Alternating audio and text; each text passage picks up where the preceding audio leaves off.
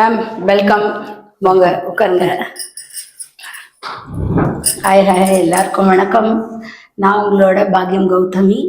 இன்னைக்கு நான் எந்த இடத்துக்கு வந்திருக்கேன் அப்படின்னா, இன்னைக்கு உலகம் முழுக்க ஒரு முக்கியமான விஷயம். எல்லாருமே அதை பத்தி பேசுவோம், அதை ஃபாலோ பண்ணணும்னு நினைப்போம், ஃபாலோ பண்ணுவோம், சில நேரம் ஃபாலோ பண்ணாம விட்டுருவோம், அப்புறமா ஃபீல் பண்ணுவோம், இல்லை யாராவது நம்ம கிட்ட பேசும்போது ஃபீல் பண்ணுவோம்.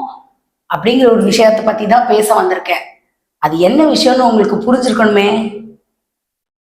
நம்ம பாடியை எப்படி ஃபிட்னஸோட மெயின்டைன் பண்ணுறது, நம்ம இன்னர் பாடி அவுட்டர் பாடி எல்லாத்தையும் எப்படி நம்ம மெயின்டைன் பண்ணணும், எப்படி ஃபிட்னஸோட இருக்கணும் அப்படிங்கிற ஒரு விஷயத்த பற்றி தான் பேச வந்திருக்கேன்.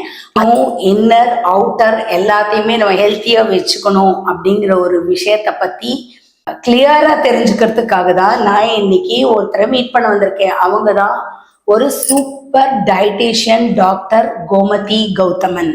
வணக்கம் டாக்டர். என்னோட பேர் கோமதி கௌதமன், டயட்டிஷியன்.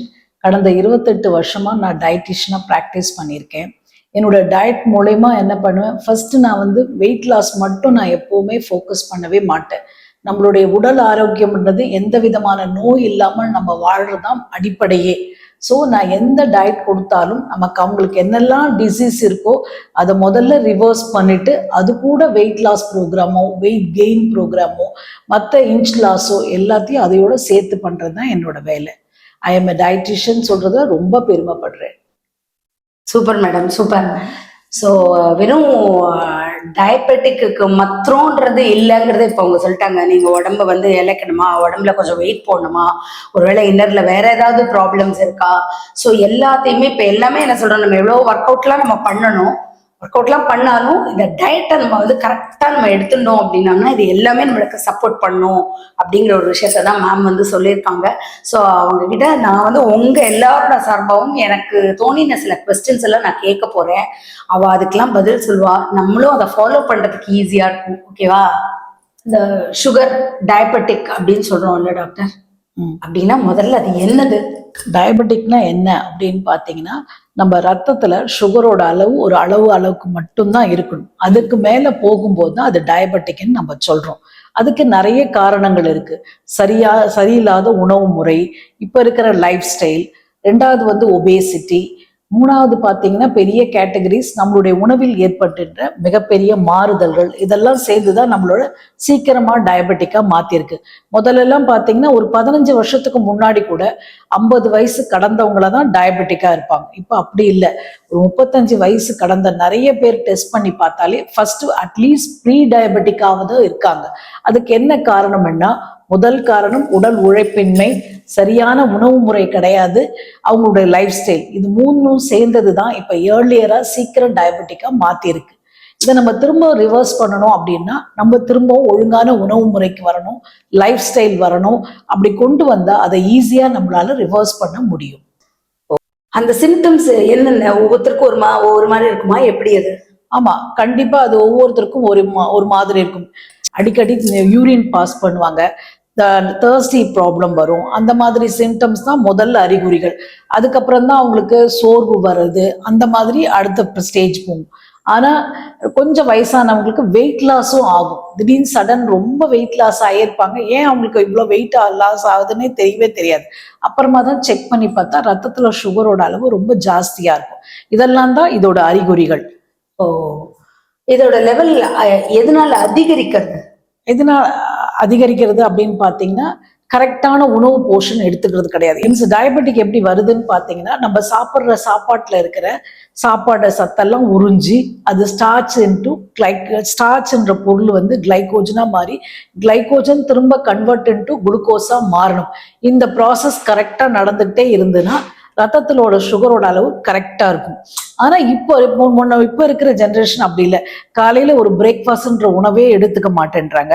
மத்தியானமும் ஏதோ ஒரு சாப்பாடு சாப்பிடுவாங்க. நைட்டு பாத்தீங்கன்னா பிரியாணி கடையில போய் பிரியாணி ரொம்ப நல்லாவே சாப்பிடுவாங்க. அதாவது நார்மலா ஒரு 1.5 கப்புன்னா அவங்க சாப்பிட்ற சாப்பாடு 3 கப். திடீர்னு அதோட ரத்தத்துல இன்சுலினை கடகடன் வேலை செய்யுன்னு சொன்னா, இப்போ உட்கார்ந்துட்டே இருக்க ஒருத்தவனை திடீர்னு ஓடுன்னு சொன்னா ரொம்ப மோசமா தான் ஓடுவான் இல்லையா? அதே மாதிரிதான் நம்ம உடல் உறுப்புகளும். திடீர்னு அதுக்கு ஓவர்லோடு கொடுத்தினா ஃபர்ஸ்ட் அது காமிக்கும். நம்ம டெஸ்ட் எடுத்து பார்த்தா இன்சுலின் ரெசிஸ்டன்ட் வரும். அதாவது அது எப்படி அறிகுறியா காமிக்கும்னா, சாப்பிட்ட உடனே டக்குன்னு வேர்த்து கொட்டும், படபடன்னு வரும். இல்ல என்னால முடியல, வேலை செய்ய முடியல, நான் திணறேன்றத அது காமிச்சு கொடுக்கும். அதையும் நம்ம அலட்சியப்படுத்திட்டு நம்மளுடைய வேலை தான் முக்கியம், டெய்லி ரொட்டீன் ஸ்டைல ஒழுங்கா பண்ணாம நம்ம திருப்பி திருப்பி பண்ணும்போது தான் ஃபைனலா அது வந்து ஏர்லி டயபெட்டிக்கா மாறுது. ஓ, இதுதான் வந்து சிம்டம்ஸ். கண்டிப்பா அதிகரிக்கிறதுக்கு ரீசன்ஸ் வந்து அதையும் அவங்க அலட்சியப்படுத்திப்பாங்க. அலட்சியம் பண்ணிட்டு தூக்கம் கூட ஒரு தூக்கம் வந்து ரொம்ப இம்பார்ட்டன்ட் ஃபார் ஹியூமன் பீயிங். எல்லாருக்குமே தூக்கம் ரொம்ப இம்பார்ட்டன்ட். இன்னைக்கு நிறைய பேரோட லைஃப் ஸ்டைல்ல ஜாபே வந்து உங்களுக்கு நைட் டியூட்டி போறாங்க, அந்த மாதிரி போறாங்க. அவங்க இப்போ அந்த மாதிரி நைட் டியூட்டி எல்லாம் போறவங்களுக்கு வந்து எப்படி மேடம் தூக்கத்தை? நைட் டியூட்டி போறாங்கன்னா ஒரு நாளைக்கு நான் ஒரு மனிதனுக்கு 7 மணி நேரம் தூக்கம் வேணும். அவங்க என்ன பண்ணணும், அதை பகல்லையாவது அந்த தூக்கத்தை காம்பன்சேஷன் பண்ணணும். அதையும் அப்பார்ட் பண்ணி அதையும் டைவர்ட் பண்ணிட்டு அவங்க வேற ஏதாவது வேலை பண்றது, ஒர்க் பண்றது, சொந்த வேலை நிறைய இருக்குன்னு நினைக்கிறது, இந்த மாதிரி பண்ணும்போது தான் இன்சுலின் ரெசிஸ்டன்ட் வருது, தைராய்டு வருது, அந்த மாதிரி பிரச்சனைகளும் சேர்ந்து வரும். இப்ப இந்த தைராய்டு அதெல்லாமே எல்லாமே அதுக்குனால வந்தாலும் சுகர் லெவல் குறையாது. ஆமா, அதெல்லாம் கனெக்டட் டு தைராய்டு வந்து நாள்பட்ட தைராய்டு வந்து திரும்ப டயபெட்டிக் போறதுக்கு ஒரு முக்கிய காரணி. அதெல்லாம் அவங்க அலட்சியப்படுத்திட்டு இருந்துகிட்டே இருக்கதான் திரும்ப சுகர் லெவல் ஜாஸ்தி ஆயிடும். முதல்ல எல்லாம் வந்தா ஆரம்பத்துல அவங்களுக்கு பார்த்தா சுகர் லெவல் 200 அந்த மாதிரி தான் வர்றாங்க. இப்ப வர பேஷண்ட் பார்த்தா நமக்கே பயமா இருக்கு. HbA1c 13.7 வராங்க. டயபெட்டிக் வந்து 300 400 அந்த ரேஷியோல எல்லாம் தான் ஃபர்ஸ்ட் அது தெரியறதே அவங்களுக்கு, அந்த ரேஷியோல தான் தெரியுது. It's not good. ரத்தத்துல ரொம்ப சுகரோட அளவு ஜாஸ்தியா போனதுனாலதான் நிறைய சைலண்ட் ஹார்ட் அட்டாக்லாம் வர்றது. கரெக்ட் தெரியறதே இல்லை. இப்போ சாதம் சாப்பிடவே கூடாது, சப்பாத்தி தான் சாப்பிடணும், அப்புறம் ஃபாக்ஸ் ஸ்டைல்ல மில்லட், அந்த குதிரைவாலி, சாமை, வரகு அந்த மாதிரி தான் சாப்பிடணும் அப்படின்னு ஒரு மைண்ட் செட்ல நிறைய பேர் இருக்காங்க. இதெல்லாம் சாப்பிட்டா நமக்கு சுகர் வராது, ஏறாது, சாதம் சாப்பிட்டா மட்டும்தான் ஏறும் அப்படின்னு எல்லாம் இருக்காங்க. ஸோ அவங்களுடைய உணவு முறை வந்து எதெல்லாம் வந்து எடுத்துக்கலாம், எதை தவிர்க்கணும்? கண்டிப்பா பாத்தீங்கன்னா டயபெட்டிக் உணவு முறையை பத்தி நிறைய தப்பான கான்செப்ட் நிறைய இருக்கு. சில பேர் என்னவாங்க, கஞ்சி குடிக்கிறேன், அதுவும் கேழ்வரகு கஞ்சி குடிச்சிட்டே இருப்பாங்க. அது வந்து சுகரோட அளவை ஜாஸ்தி பண்ணுமே தவிர கம்மி பண்ணாது. நல்லா புரிஞ்சுக்கோங்க. ஏன் கம்மி? ராகி வந்து ரொம்ப நல்லது. ராகி ரொம்ப நல்லது, நியூட்ரி வேல்யூ ஜாஸ்தி. ஆனா அது டயபெட்டிக் பேஷண்ட்டுக்கு நல்லது கிடையாது. ஏன் நல்லது கிடையாது? கஞ்சி எப்படி சாப்பிடும்? குடிப்போம், அதை சாப்பிட மாட்டோம், மென்னு சாப்பிட மாட்டோம். டைரக்டா குடிக்கும் போது ஸ்டார்ச்சஸ், அது கஞ்சி வந்து starch formation directly convert into குளுக்கோஸா மாறும்போது ரத்தத்துல சுகரோட அளவு ஜாஸ்தி ஆயிடும். அதனால கஞ்சி சாப்பிடக்கூடாது. டயபெட்டிக்கா இருக்கிறவங்க எந்த ஒரு பொருளையும் வாயில போட்டு மெல்லணும். மெல்லும் பொழுது உமிழ்நீரோட அந்த பொருள் வந்து கலக்கும் போது நல்ல சம் கேலரிஸை பேர்ன் பண்ணிட்டு உணவு குழாய் மூலயமா ஸ்மால் பிக் இன்ஸ்டன்ட் போயிட்டு கடைசியில பவுல் மூமெண்ட்டுக்கு வரணும்.